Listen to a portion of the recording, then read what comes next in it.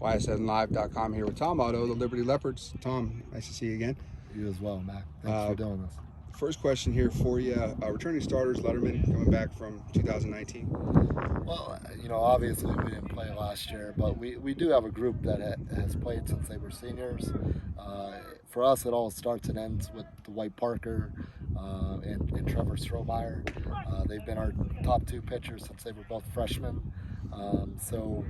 Dwight's actually going to play in college at Westminster. Trevor had some chances to play in school, but he's choosing to go to YSU. He's also our valedictorian, so he's going to YSU and just going for academics, and both of them will be they'll have success no matter what they do. So, but we're also led by Anthony Patrone at first base, who also pitches. We have Nick Steves, who is kind of like a rotate infielder for us. Both those guys are actually 3-year starters off the guys that are 4-year starters.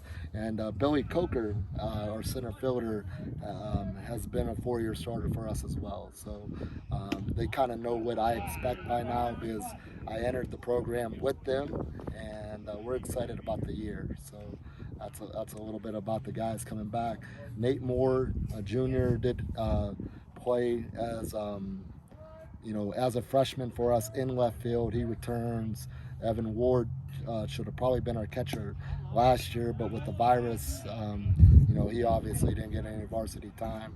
So those are the guys that are kind of within the program and everything coming back. So. Talk a little bit about how the program got affected, especially with the young guys from COVID last year, not getting a chance to play a varsity sport as in for baseball. Well, I think for us, the decision was what to do with the guys, trying to find a home for them in the summer. Obviously, Dwight played travel ball with the Glaciers. Trevor played, within the Nightline program in the B League.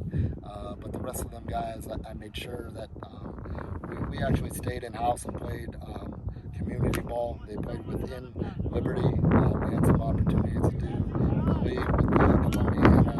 We just kind of decided to have them play in the summer through that league. That way it kind of didn't kill our summer program. That way the community program could go on. That's what that group did. And, they were able to go out and play some tournaments.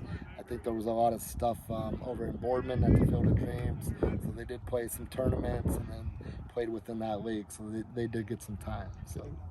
Talk a little bit briefly about your targets, goals from practice to practice, game to game.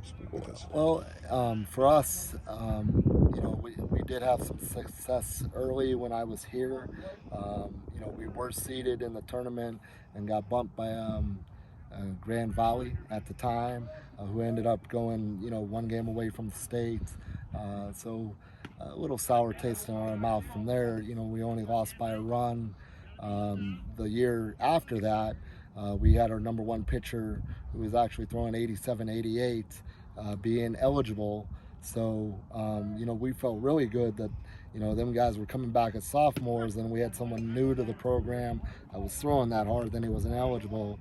That affected our season a little bit. But for us, until somebody beats champion within our league, obviously they're the gold standard. They've won a state championship recently. Until somebody gets them or dethrones them, it kind of starts and ends with that. I remind the kids every day, they haven't won a conference title here in 30 years, and why not us? We haven't won the district since '91. So, obviously those are our goals. It's all about how we progress and how the new kids coming in the program will take what the seniors have developed here, and if we can kind of carry on what the blueprint's been for us. But I think we can be fairly competitive, and I really don't think we're ducking anybody. So we'll be prepared come playoff time, and hopefully a couple of them one-run games will go our way this next time. I can remember being next to Dwight on the bus when he was a sophomore, and we lose by a run. He gave up a 3-run home run at Middlefield Cardinal. Our outfielders standing at the fence, and if we play in a bigger yard, like at Scene, our center fielder probably catches that ball and we win that game. So But you know, that's what the high school tournament's all about. It's one and done, and that's what makes us special, because you got to win 7 or 8 in a row to win a state championship. So, Right. but you know, we'll see what happens during the year. But you know, I'm proud of this group. I'm proud of the way that we've come together, and we'll go out and compete and see where the chips fall. So. Well, Coach Otto, that's going to do it for us this time around, and we appreciate you taking your time out, and we'll let you get back to your scrimmage here. Thank you so much. You got it. Thanks, guys. Thanks, Tom. Thanks for having us.